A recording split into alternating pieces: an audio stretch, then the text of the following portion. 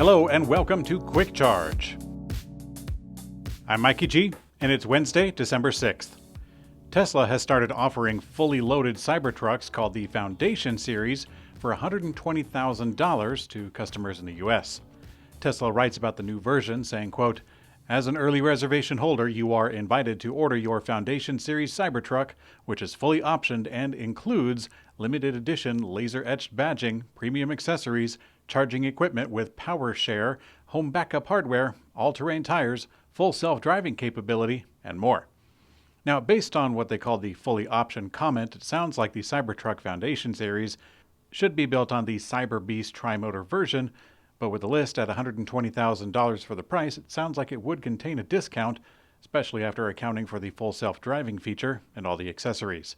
In the email to customers, Tesla confirmed that deliveries have already started in California and Texas. It will expand to more states in 2024. What started as a fairly small strike has now expanded into threatening Tesla's European operations. Last month, Tesla service workers in Sweden started striking in order to get included into a collective bargaining agreement. Things quickly escalated in the country, and now today we learned that Fellesforbundet, which is Norway's biggest private sector union, is joining the fight against Tesla. For now, they plan to only affect vehicles going to Sweden, but the fact that they are joining alone could put pressure on the company. Norway is an important market for Tesla, and if the union decides to also affect the delivery of cars in Norway, then that could put a lot more pressure onto the American automaker. Volvo has begun selling what could be their most important vehicle. In November, Volvo sold their first EX30 model, their cheapest, smallest vehicle yet. The EX30, an electric hatchback, starts at an attractive $34,950 in the US. It expands in other options, including a dual-motor powertrain variant. Volvo sold 33 of the EX30 last month as they ramp up production into next year. The news comes despite Volvo's EV sales slipping 14% last month. The company sold 10,031 fully electric vehicles, which is a global number, that down from 11,644 last year. Volvo expects the EX30 to be a game changer, going so far as to call it the cornerstone of their electrification plans. If you're thinking about buying a Ford Mustang Mach-E, you may want to do so before the end of the year. Ford expects the Mach-E will no longer qualify for the full federal tax credit in the U.S. Starting on January 1st, more restrictions on the tax credit will be put into place. EVs with battery components from a foreign entity of concern, including China, will lose a portion of that credit. In a bulletin sent to dealers, Ford said that it expects the changes to impact the Mustang Mach-E, although Ford is, quote, awaiting finalized requirements. But at Electrek, we can't imagine a scenario where this does change at all. Qualified customers are still eligible for a $3,750 credit, so it's not the total removal of the qualification, just the loss of the full credit. Now, there is still a method of scoring some of that sweet taxpayer credit, as shoppers can still take advantage of the full $7,500 if they go through leasing. The CEO of Stellantis, Carlos Tavares, has a warning for other automakers. Tavares said that EVs must be affordable and profitable or they will be in trouble very, very soon. Not to miss an opportunity to gloat, Tavares said that Stellantis' electrified vehicles are, quote, in the black, both in the US and in Europe.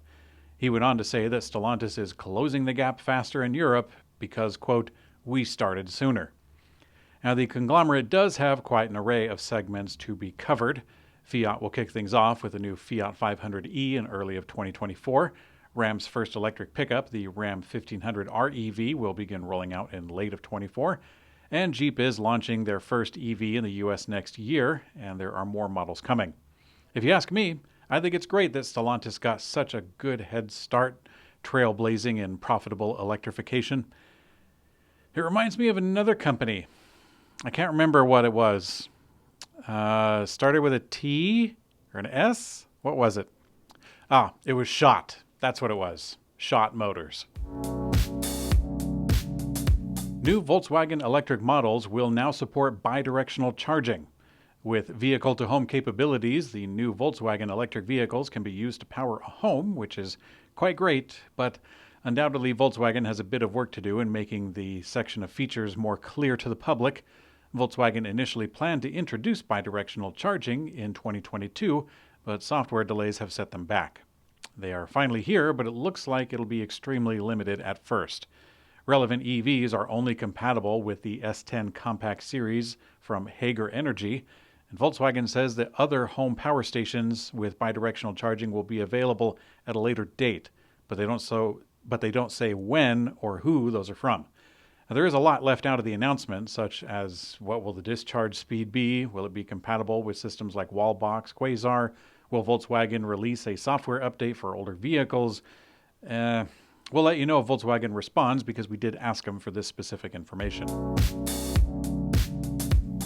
In today's community comment found on YouTube, yesterday I had mistakenly said that the CEO of Rivian was Mary Barra, who is actually the CEO of General Motors. A few of you rightly corrected me, and I too found it quite amusing if that somehow became a reality. Rivian would have to have pretty deep pockets for that talent acquisition, or maybe General Motors would have to be quite the sunken ship for Rivian to seem that attractive. But in either case, the root of the issue was just a simple error in my delivery. You may have noticed, but the budget for this particular show is rather small. I can't afford Mary Barra as my script editor. I can't even afford Trevor Milton. Oh well. Thanks for watching Quick Charge. I'm Mikey G, and I hope you have a great script editor.